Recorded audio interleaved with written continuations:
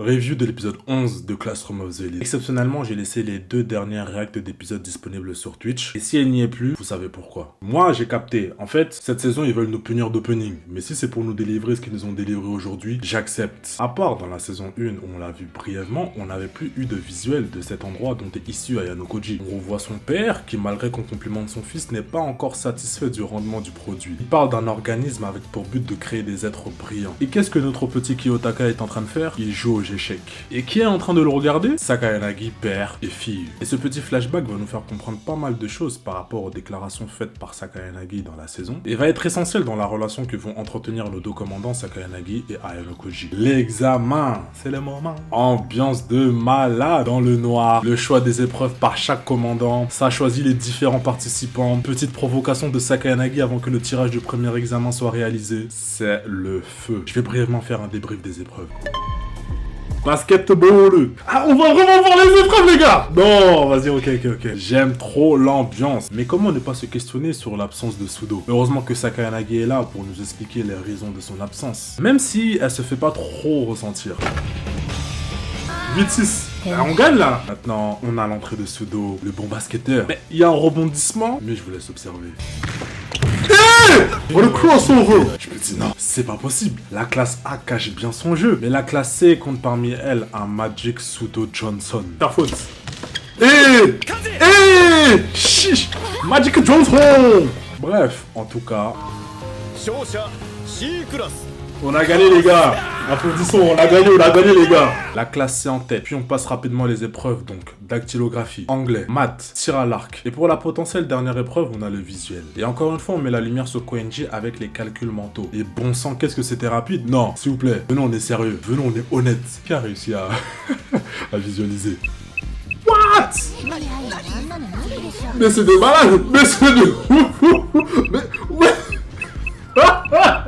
Non, faut me dire qui? Mais apparemment Ayano Koji et Sakayanagi si. Et quand on y pense, on sait que Koenji est très passif sur ces 3 saisons. Mais là, il arrive à nous montrer ses capacités et à nous surprendre. Et quand je dis nous, je parle de moi, des viewers et de Sakayanagi.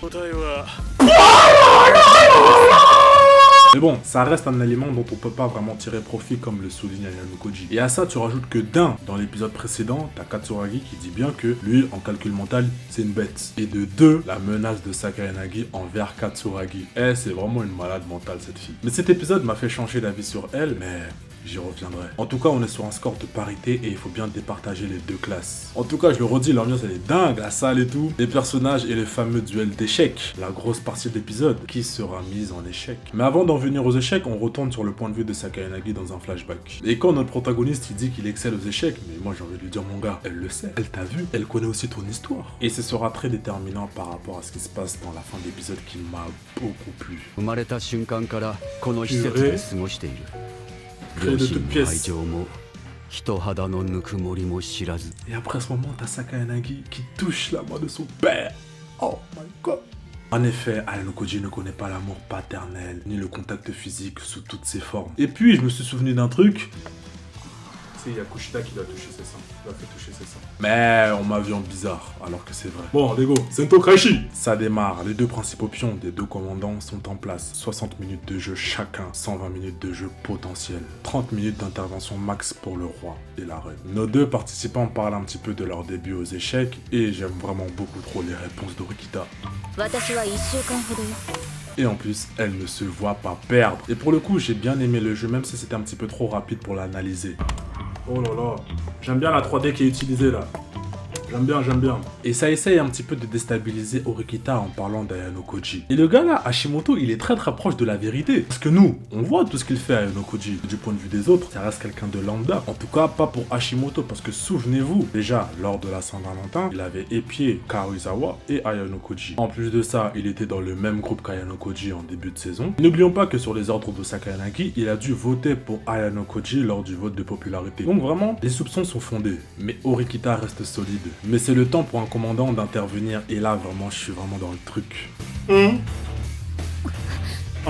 tout le monde se questionne sur Ayano Koji. Ayano Koji gros, c'est comment gros?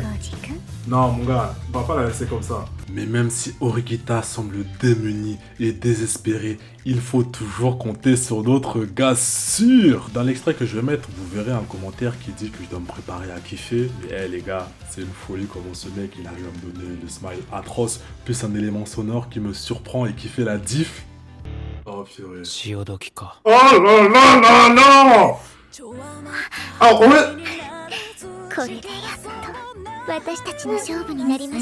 Mais les gars, ce sont des machines, ils ont une réactivité monstre. Et les deux qui échangent en pleine partie, Sakanagi qui prend du plaisir et la sérénité d'Ayano Koji, purée, c'est le divertissement. Et leur taquinerie et complicité, j'aime trop. Et encore une fois, l'opening en fond. Oh là là là là. Et pour rajouter un petit peu de wasabi sur le plat qui nous régale déjà, on a le père de Sakanagi qui décrit le projet d'Ayano Koji le père et insuffle un devoir de justice envers Arisu. Et la petite ne se dégonfle pas, au contraire. Oh!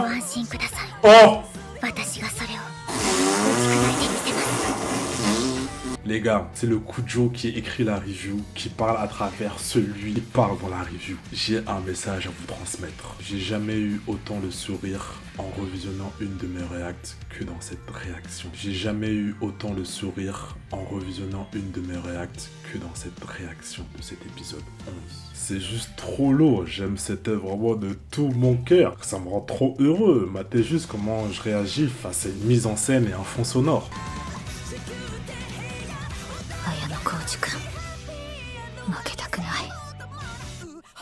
Oh là là là, et les gars, l'opening en plus en fond. En plus il ferme les yeux. Non, elle.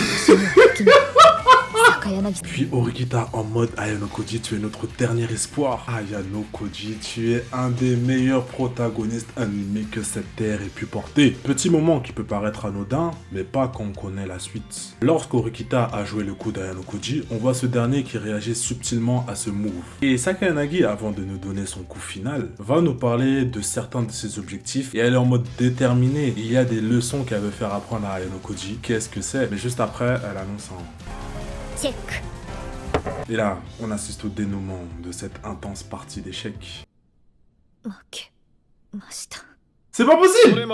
Le désespoir d'Orikita et mon incompréhension sont à leur paroxysme. Nous avons besoin d'explications. Mais il semblerait que seuls les viewers et moi obtiendront une explication dans les couloirs du lycée. Quelqu'un interfère dans leur discussion et ce qui va révéler est surprenant.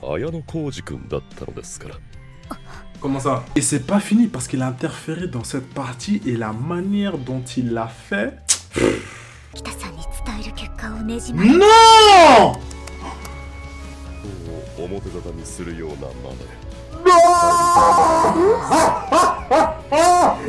Et le pire dans tout ça, c'est qu'il tient Sakanagi responsable. Et pendant que je suis choqué, la tension est à son comble. Une rébellion approche. Mais je vais revenir sur tout ça parce que c'est important de comprendre. Ayano Koji, avec le regard dont je vous ai parlé tout à l'heure, avait saisi qu'il y avait un petit problème. Mais pourquoi n'a-t-il pas réagi comme Sakanagi le demande? Eh bien c'est simple. Comme Tsukishiro le dit, c'est qu'il n'a pas forcément envie d'attirer l'attention sur la situation qui l'entoure. C'est-à-dire son père cherchant à l'exclure. Parce que ça pourrait avoir un effet boule de neige. On pourrait découvrir son identité, ses vraies capacités, son passé, et c'est pas forcément quelque chose dont il a envie. Donc, ne pas agir était vraiment la meilleure décision pour lui. Et étant donné le fait qu'il ait un point d'immunité, c'était mieux d'agir ainsi. On voit vraiment que le pressing sur Ayano Koji devient intense, car ça a voulu le déposséder d'un atout qui pouvait le protéger de l'exclusion souhaitée par la direction, mais ça n'a pas duré et il est donc à nouveau expulsable. Cette fin d'épisode marque la fin d'une rivalité, la naissance d'une relation et la continuité d'une évolution. Vous allez le comprendre après. Sakanagi admet sa défaite, mais c'est pas la seule chose qu'elle admet. Oui, elle admet le génie d'Ayano Koji, et c'est en le voyant qu'elle s'est mise aux échecs. Et il y a un truc qui m'a fait rire dans le chat, c'est quand quelqu'un a dit « Elle n'a plus d'ennemis ».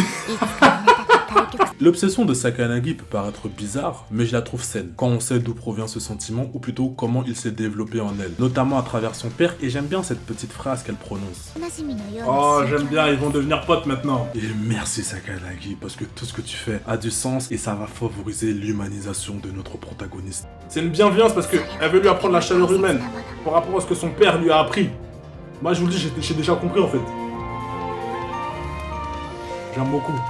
C'est l'aboutissement en fait de la saison. On stream, et finissons à nouveau cet épisode ensemble.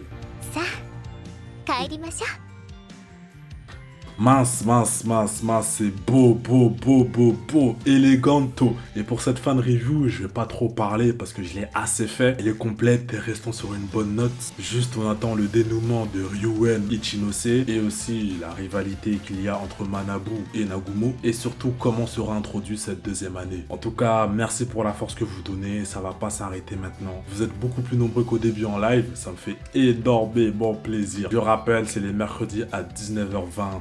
Il reste 2 épisodes, donc ratez pas ça ceux qui sont jamais venus. Et je ferai des annonces en fin de live, donc restez branchés. Lâchez votre like, votre abonnement et dites-moi aussi ce que vous avez pensé de l'épisode. Et surtout, prenez soin de vous les gars.